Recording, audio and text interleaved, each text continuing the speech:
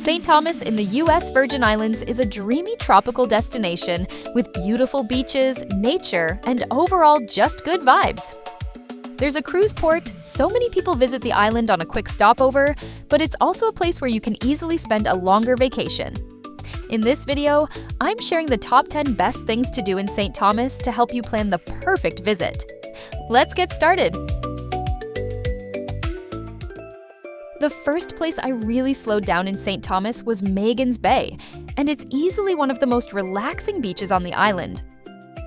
The water is super calm, almost like a lake, which makes it perfect for just floating around without worrying about waves.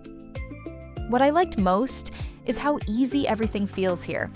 There are places to rent chairs, grab food, and get drinks, so you don't need to plan anything in advance. You can spend hours just switching between swimming and sitting in the shade. The beach is long and curved, so even when there are people around, it doesn't feel crowded. It's also a great spot if you're not a strong swimmer, since the water stays shallow for a while. Magens Bay Beach was the kind of place where I lost track of time without even trying. Definitely worth a visit. Spending some time in Charlotte Amalie is a nice way to see a different side of the island. It's the main town, with shops, restaurants, and a harbor where cruise ships come in. It can get a bit busy, but it still has its own charm. I liked just walking around without a plan. You'll find small streets, colorful buildings, and places to stop for a drink or snack. There's a mix of tourist shops and more local spots, so you can choose what kind of experience you want. The waterfront area is especially nice for a casual walk. Another small stop worth checking out is the 99 Steps, which is a historic stone staircase tucked into town.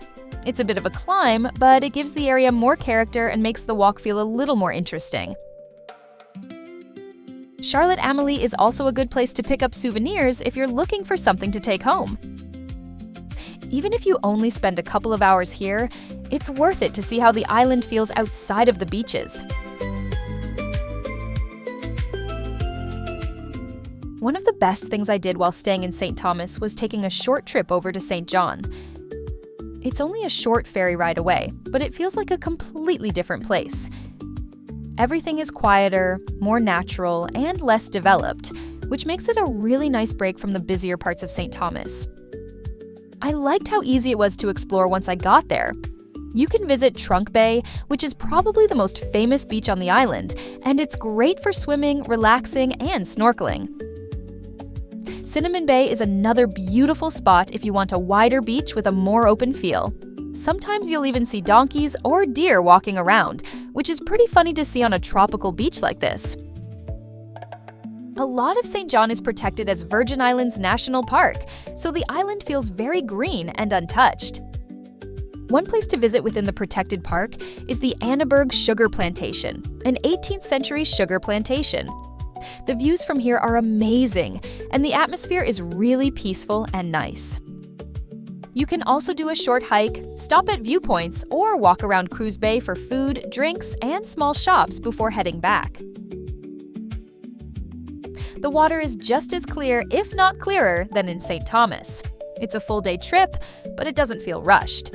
If you have the time, I definitely recommend visiting St. John because it adds something really different to your overall trip.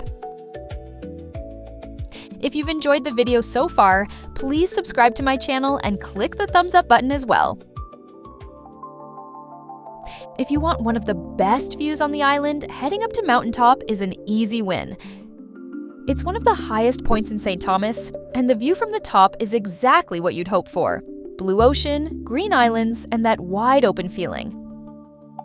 I liked that it didn't take much effort to get there. You can drive up, walk a short distance, and you're already looking out over everything.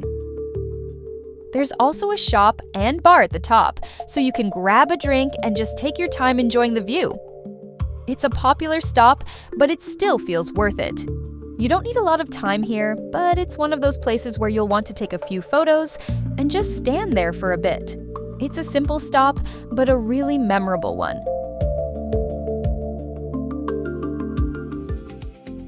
For something a bit different from the usual beach day, Coral World Ocean Park is a fun option. It's a place where you can learn about marine life and also see it up close without needing to go out on a boat. I liked how easy everything was to follow. You walk through different areas, see sea turtles, fish, and other ocean animals, and there are chances to interact a bit depending on what you choose to do. There's even an underwater observation area where you can look out into the ocean without getting wet, which is pretty cool. If you're brave enough, you can even join this underwater walking tour, as they call it, where you wear a helmet and get really up close with all the sea life around you. You're not that deep underwater, so it still feels safe. Visiting Coral World Ocean Park is a good option if you want something relaxed and slightly different, especially if you're traveling with someone who isn't into snorkeling or diving. It's not a full-day activity, but it's a nice way to mix things up. Right next to the Coral World Ocean Park is a small beach called Coki Beach, so visiting these two places back-to-back could be a good idea. It has a bit more energy compared to some of the quieter beaches, but in a good way. The water here is super clear, and it's one of the best spots on the island for easy snorkeling right from the shore. What I liked is how close everything is. You can swim, see fish almost immediately, and then walk a few steps back to your chair or grab a drink. There are small food stands and places to rent gear, so it's all very convenient.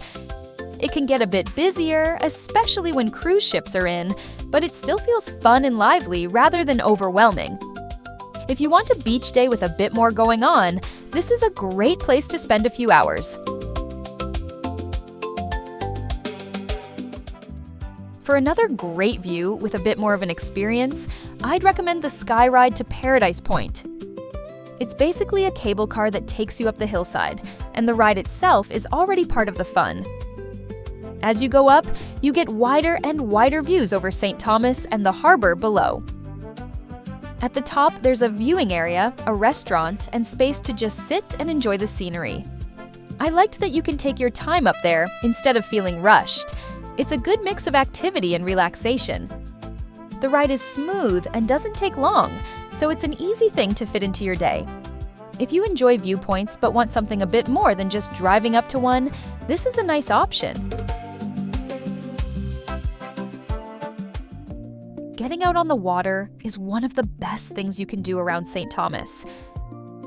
There are plenty of tours that take you snorkeling or sailing around nearby islands and bays.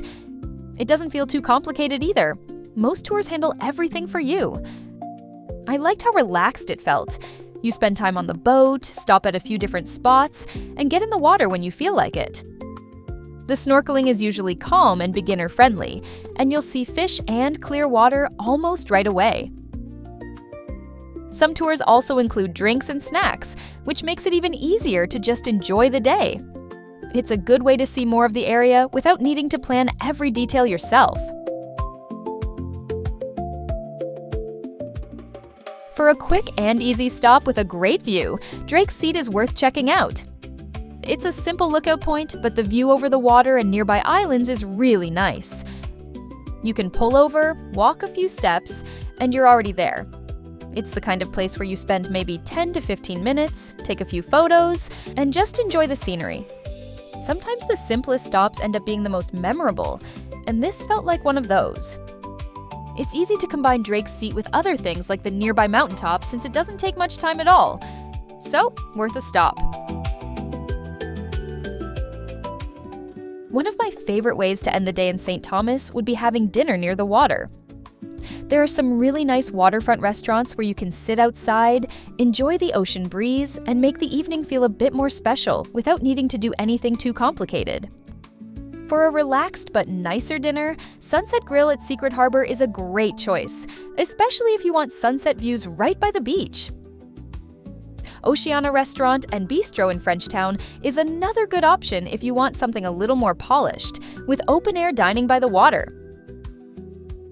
If you're around the Sapphire Beach, Sea Salt is also worth looking at, with waterfront seating and views over Sapphire Bay. For something more casual in Charlotte Amalie, the Greenhouse Restaurant and Bar sits right by the waterfront harbor and works well for an easy meal or drinks. Ending the day with seafood, a drink, and a view of the water is a simple but perfect way to enjoy St. Thomas. And that's it for my St. Thomas travel guide. Let me know in the comments below which of these 10 things you're most excited to do. Don't forget to like this video. Thanks for watching, and I'll see you in the next video.